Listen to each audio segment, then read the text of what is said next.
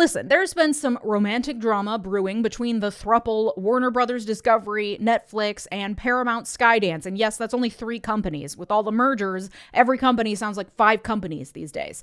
It's a tale of will they or won't they that has the entertainment industry up in arms, but also involves shady billionaire villains, covert government operations, and a bid to drain all of us of whatever data, time, attention, and money we have to give. Today, we're discussing the implications of a merger between Warner Brothers and one of its suitors, the Ellisons, the creepy billionaire family attempting to build a media and data empire, and why all of this is, as per usual, really bad for everyone except the rich and powerful. Love that for us. First, the details. Warner Brothers Discovery is already itself the product of massive mergers in the entertainment industry over the last few decades. First, it was AOL in the early 2000s, a merger that fell apart after the dot-com bubble burst. Then there was Warner Media and AT&T, a merger that fell apart because it never made sense to begin with, and then COVID signaled its death knell. And then in 2022, Warner Brothers and AT&T pivoted, with Warner Brothers merging with just AT&T's entertainment divisions and assets, including Discovery, CNN, TNT, HGTV, etc., to create a global leader in entertainment. This was, again, a merger that didn't actually make any sense. Warner Brothers' key asset includes HBO, the premier place for TV programming that created shows like Sex and the City and The Sopranos, these incredibly popular boundary-pushing programs. HBO's been known for its incredibly high-quality programming, so tell me why I can now watch my guilty pleasure show 90 Day Fiancé alongside The Sopranos and the Game of Thrones. The merger didn't make sense for consumers, but that's about the last thing any of these guys actually care about. And David Zaslav, initially the head of Discovery, is now the CEO of Warner Brothers Discovery and has proven himself incredibly inept at managing the company. He's the reason why HBO has gone from HBO to HBO Max to just Max to back to HBO or whatever the fuck it is now, because the merger doesn't make sense and he's trying to push together a bunch of media solely for the sake of getting more of our eyeballs and time and attention and ad dollars, and he can't manage to land on a single brand identity for all of it. But that is the least of his concerns right now. Thank you to Private Internet Access for partnering with me on today's video. Private Internet Access, or PIA for short, is a VPN provider. A VPN, or virtual private network, hides your IP address and safeguards your internet connection through an encrypted channel. Browsing the internet with an unencrypted connection is like forgetting to mute yourself during a work meeting. Everyone just heard that baby talk you just used with your dog. Yikes. PIA protects you from the prying eyes of hackers, internet service providers, and others trying to view your personal data. Plus, through PIA, you can see region-restricted content from all over the world and from all major streaming services. That new show that you've been wanting to watch that's only available in the UK, that's no longer an issue with PIA. You can change your IP address to one of 91 countries or all 50 US states to gain access to websites and services only available in those locations. And through PIA, you can protect an unlimited number of devices all at the same time, including Windows, Mac, Android, Linux, and iOS. So all of your devices and the entire household can benefit from one subscription.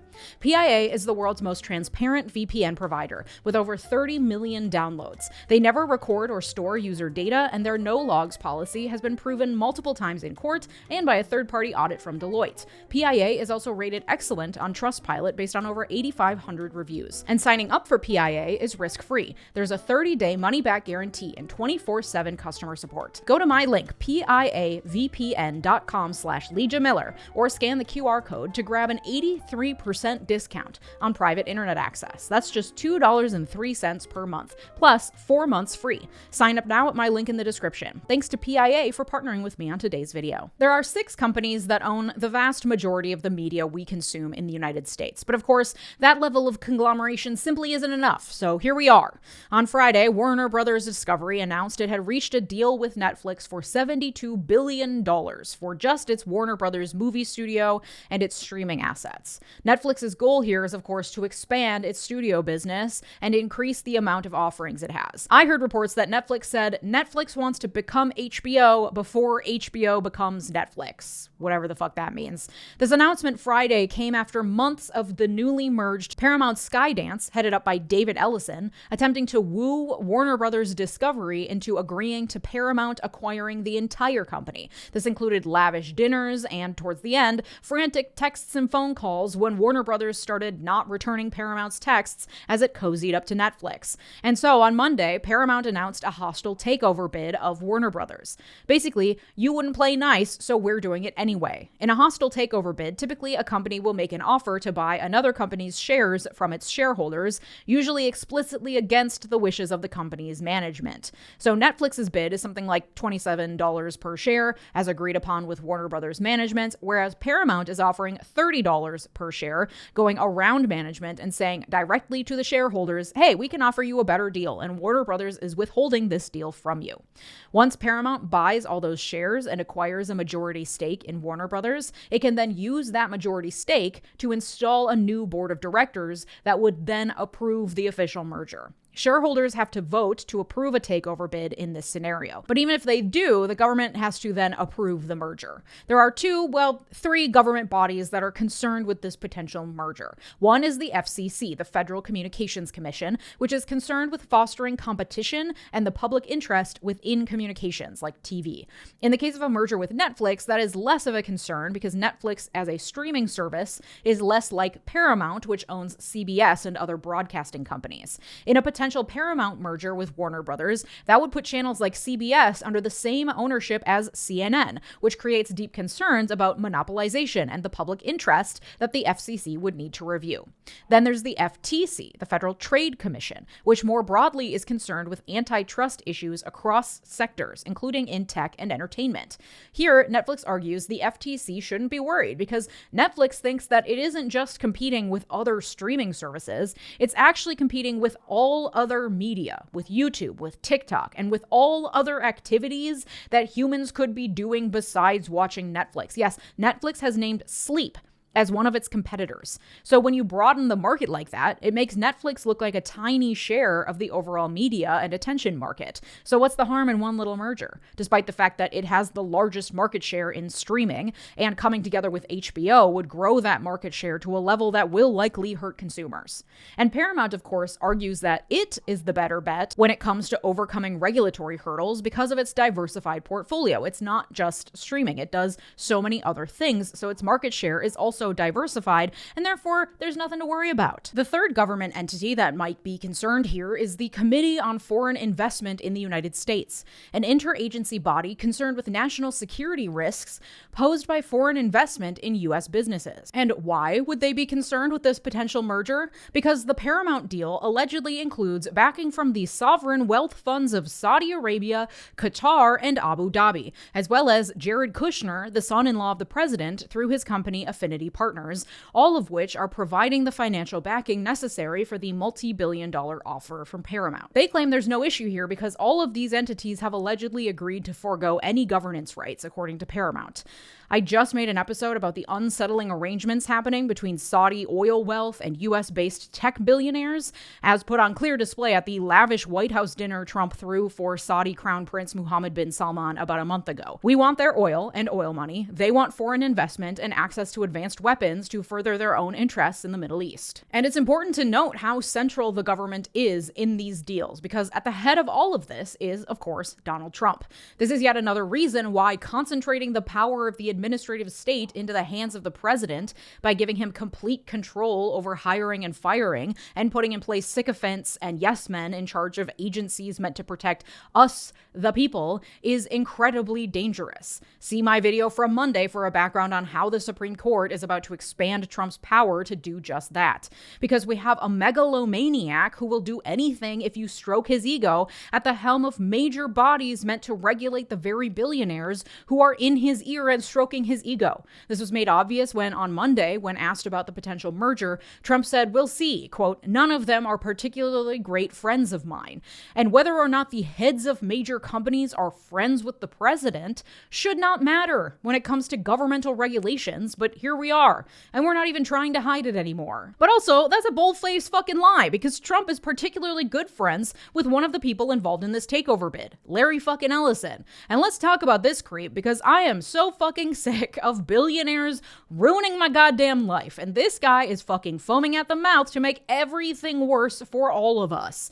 Larry Ellison was born in New York City in 1944. He's 81. He's old, to a mother who gave him to her aunt and uncle to adopt him when he was 9 months old, and he has taken that deep wound of childhood abandonment and made it all of our fucking problems by becoming a literal Disney villain. Larry did the classic move of dropping out of college and getting into computers early enough that he was able to make a fortune off of it. His company, Oracle, is one of those companies that no one really understands what they do, but they handle the back end of the internet. They house the data. They manage the cloud. And so with this latest AI boom, which requires massive, unprecedented earth-ending amounts of data, well, there's Larry to cash in. He briefly surpassed Elon Musk as the richest person in the world this year and currently sits at second. And that bump is all due to the AI bubble. And he's trying to take advantage of this blip in his fortune by building himself an empire not based on the speculative AI market, but instead on the very real thing that he based his original fortune on: data. Our data. Data he can derive from us through the time and energy we give to consuming never-ending amounts of content and the advertisements that get placed on that content. But before we get into that, I want to drive home how fucking evil this man is. All billionaires are evil because you inherently must exploit workers and natural resources to accumulate that much wealth. But let's talk about how this specific billionaire, Larry Ellison, is evil. He owns 98% of the island of Lanai in Hawaii, an island where 3,000 people live. As part of that ownership, he owns the lands, and the people who live there pay him rent. They also work at the resorts and other tourist attractions that he owns. It's a company town on an island. The people there pay him rent. He pays them for their work, and then if they get fired, he also evicts them. He's also one of those old creepy rich white men who's obsessed with Asian aesthetic, really obsessed, owns a 23-acre estate in Woodside, California that he has spent $200 million renovating into a Kyoto-inspired compound with a private lake, a tea house, a koi pond. Oh, but he also actually owns a literal villa in Kyoto, located on the grounds of a Zen Buddhist temple, and he has an Asian wife to go with all of it, of course, though his fifth wife, 34-year-old 𝗖𝗓𝗓𝗔𝗜𝗍, is Chinese. Ellison has more than a dozen homes, including one in Florida, which at $172 million was the most expensive real estate transaction in Florida history at the time of its purchase.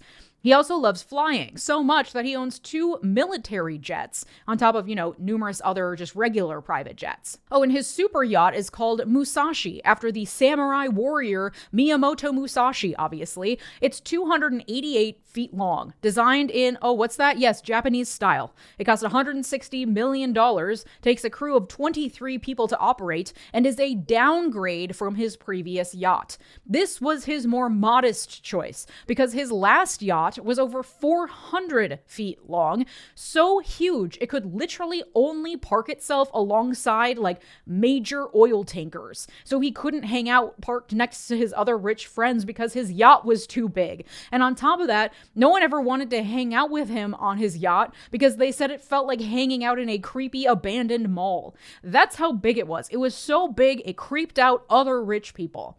And just to put it into perspective, how fucking wasteful this all is, according to yachtco.com, super yachts, which are 100 feet long and above, reminder, Ellison's downgraded yacht is 288 feet long, super yachts can burn upwards of 500 gallons of diesel fuel per hour. 500 gallons of diesel per hour. And some of these vessels hold more than 50,000 gallons of gas, meaning it can cost more than $200,000 just to fill the tank on one of these things. 500 gallons per hour. For comparison, my Honda Hybrid gets 40 miles to the gallon. When I take her out to really stretch her legs, at top speeds, that means I'm burning 2 gallons of regular unleaded per hour. 500 gallons per hour of diesel. This is what I mean when I say I don't actually give a shit about people who have a few $1 million. The people who are fucking ruining our lives through their unconscionable levels of exploitation, pollution, greed, collusion with the government, etc., are the ones like Larry Ellison, who can afford not only to buy, but also to upkeep super yachts that burn 500 gallons of diesel fuel per hour, or own at least 12 homes, all of which are probably larger than your average apartment complex that can house 100 people. It's fucking despicable. It is truly pure evil. And studies show that someone like Larry Ellison conspicuously degrading our planet on a daily basis cause more damage than just their own CO2 footprint alone. Because when the rest of us see something like that, it makes us all feel like, what's the fucking point? Like, thank God I compost my coffee grounds in a bucket in the backyard, you know? What's the fucking point? If we're not all working together to save the planet, if we see these people creating a CO2 footprint in 1 year larger than the one we will make in our entire lifetimes, it doesn't really help the cause, you know? Larry Ellison's existence is so damaging to the entire planet, and it is about to get so much worse if this merger with Warner Brothers goes through. And that's a big if because of the regulatory hurdles. But he has been buttering up Trump for years and is surely attempting to cash in on that goodwill through this deal. Ellison donated to both Democrats and Republicans for years up until around 2016. Then he donated to various of Trump's Republican opponents until about 6 months after the 2020 election, when it's reported that Larry was on a call along with other Trump supporters and operatives to discuss a strategy for undermining the 2020 election. That's right, Ellison was all in on the Stop the Steal conspiracy. And ever since then, he's been doing everything he can to stay in Trump's good graces, including giving tens of millions of dollars to various Trump-supporting PACs. Oh, also, Larry Ellison is a major supporter of Israel, having donated millions and millions of dollars to the Friends of the Israel Defense Forces. He says he's less in it because of his own Jewish heritage, which he's never strongly identified with on a religious level at least, but more so because of the innovations in tech coming out of Israel, which somehow makes it even more evil how much he fucking loves Israel. Like, oh no, this isn't personal for me. It's truly just about the various weapons and other innovations they're coming up with out there to commit genocide. And I'm just really passionate about that. So if all this palm greasing pays off for Ellison, who is financially backing the merger between Warner Brothers and Paramount Skydance, which reminder, that one's owned by his son David, that will mean that he will have a major stake and control over CBS through Paramount and CNN through Warner Brothers. Through David Ellison's leadership, no doubt influenced greatly by Papa Larry Ellison, who has financially backed everything baby David has ever done, CBS has made a rightward turn, including hiring an ombudsman to check the bias of CBS's work, as well as buying The Free Press, a glorified Substack headed by Barry Weiss, who is now the editor-in-chief of CBS despite not having the experience necessary for the role. She's the kind of opinion writer who dresses her right-wing opinions up as centrist and then sells them as unbiased. And she'll bring that style of covert right-wing bias-pushing bullshit to CBS. And Paramount purchased The Free Press for $150 million, a truly astonishing amount of money to pay for, again, a Substack with about 170,000 paying subscribers. Overpaying by that amount was clearly a bid by Paramount to keep Trump happy, which of course is futile because you're dealing with someone with the temperament of a toddler. He's already mad at CBS again for a 60 Minutes interview they did with Marjorie Taylor Greene, with whom he's currently in a lover's spat. But they're doing everything they can to stay on his good side. And since even before the finalization of Paramount's merger with Skydance, Larry and David have been conspiring about acquiring Warner Brothers, including CNN. In fact, last month, reports surfaced that Larry Ellison had sat down with a White House official to discuss which news anchors they would axe at CNN once they managed to gain control over the network. So Larry has been incredibly confident for months that this merger between Paramount and Warner Brothers would happen, which explains why, when it was announced Friday that Warner Brothers had agreed to a deal with Netflix, Paramount decided to take the nuclear option with a hostile takeover bid. Because I'm sure that Larry Ellison knows that Trump will step in or pull whatever strings he needs to get his friend Larry the deal he wants so bad, especially because that means that Trump will have an ally in charge of two of the largest news networks in the country on top of Fox, and we know that Trump cares very deeply about what the news says about him. So the more influence he can exert in that realm, the happier he'll be. But wait, it gets worse, because on top of having major influence over CBS and potentially CNN, plus, all the negative ramifications that come from media conglomeration, especially when it comes to creatives and the ability to find work and produce great art, something that I am not trying to gloss over because it's really important, but this video would be 2 hours long if we got into everything. In addition to all of that, Larry Ellison is about to gain major control over a social media app used daily by over half of the entire American population, TikTok. Ellison's company Oracle is one of the companies that has been named by the White House as in talks to finalize a deal to buy TikTok for $14 billion.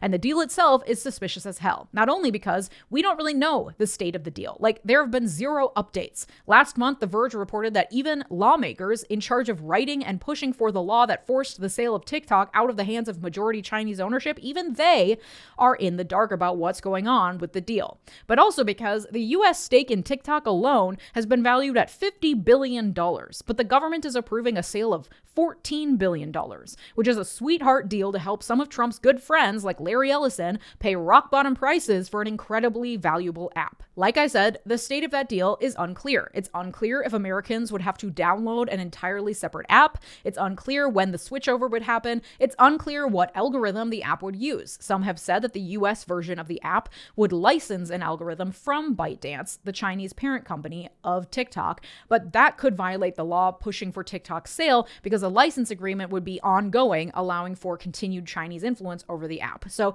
it could mean US-based users of TikTok would be cut off from the rest of the world on their own little app where nothing gets in or out, which has pretty devastating consequences considering how much that app has been a lifeline and a means of getting news for millions of Americans during and after the pandemic, especially for young Americans, some of whom use TikTok for hours and hours every single day.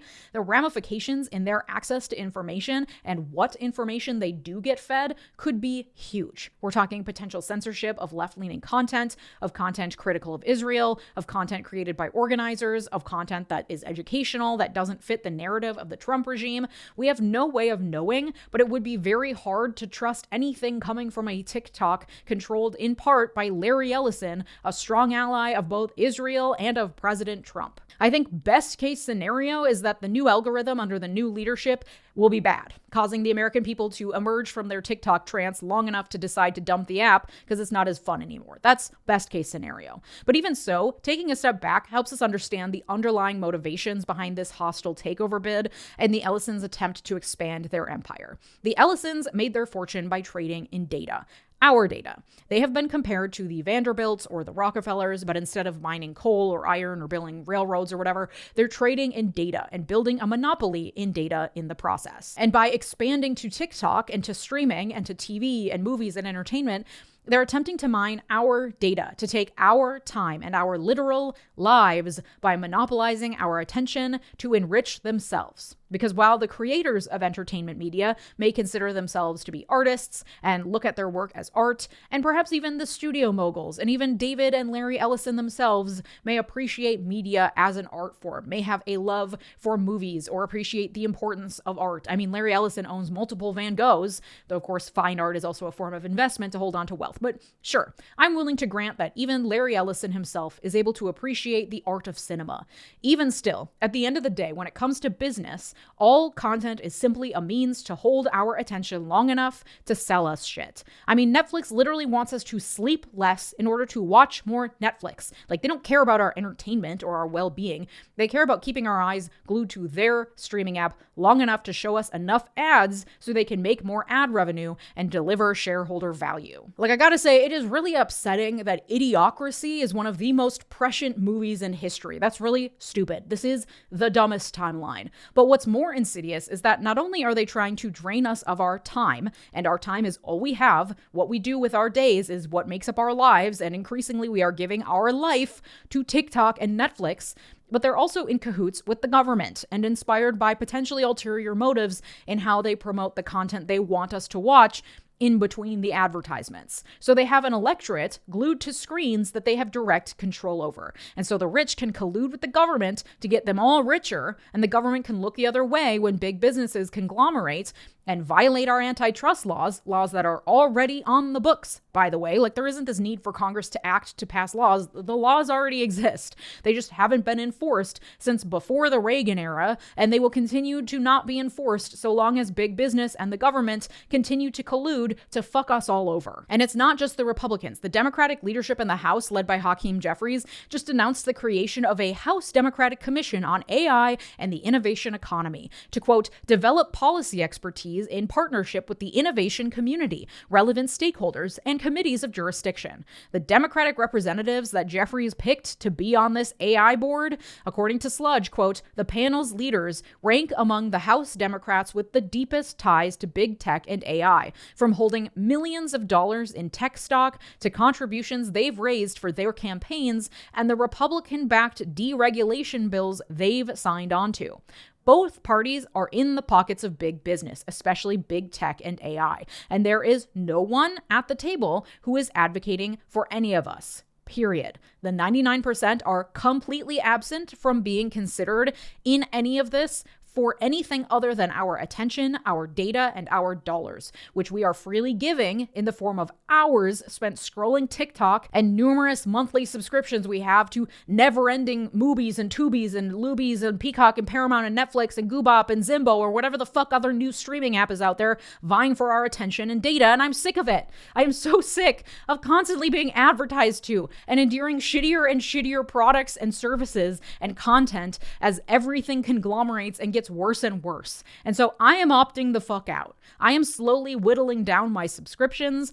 I'm experimenting with checking DVDs and other media out from my local library. I deleted TikTok and Instagram from my phone, and I turned my iPhone to grayscale so it's as boring as possible so that I will look at it less. I try to stream things on PBS or through Canopy, which is the streaming service that links to your local library so you can access it for free with your library card. I have just stopped consuming so much or tried to be a little bit more thoughtful with what I do consume, which I recognize is fucking rich coming from a literal content creator. Hello. I literally make my living off the ads you have to watch in order to access my content, which is why I do offer it ad-free over on Patreon for a fee, though I will note the ads or sponsors do never dictate what is in the content that I create, for the record. But I'm also not saying you should sit quietly in a room hand spinning your own clothes. Like, there truly is no ethical consumption under capitalism. We deserve to do what we want and live rich and exciting lives, but I'm just trying to create friction between myself and the numerous content generation machines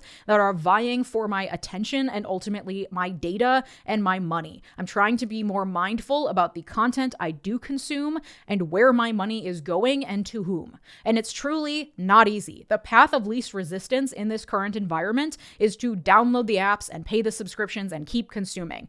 But I reject that that is the only or best way to live a life. I reject that that is the best way to unwind after a busy day. I am unwilling to spend my time thoughtlessly and to the benefit of creepy-ass billionaires with yachts that guzzle 500 gallons of diesel fuel per hour.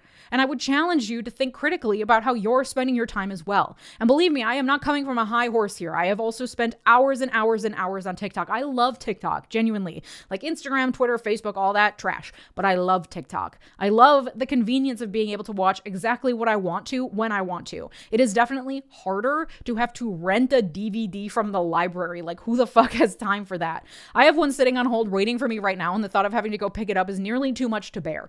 But in the indelible words of the early 2000s smash hit song All at Once by American rock band The Fray, sometimes the hardest thing and the right thing are the same. If you'd like to support my work this holiday season, consider joining here on YouTube by clicking the big join button below, or supporting me over on Patreon, patreon.com/Leeja Miller, where you get access to all these episodes completely ad-free. Thank you to my multi-platinum patrons, Christopher Cohen, Amber Arwood, Evan Friedley, Mark, Sarah Shelby, Art, David, Latranger Lucas, Thomas Johnson, Anthony Giles, and Tay. Your generosity makes this channel what it is, so thank you. And if you liked this episode, you'd like the one from Monday about how the Supreme Court is about to give even more power to Trump. I love it here. Thanks so much for watching. Have a good day. Bye-bye.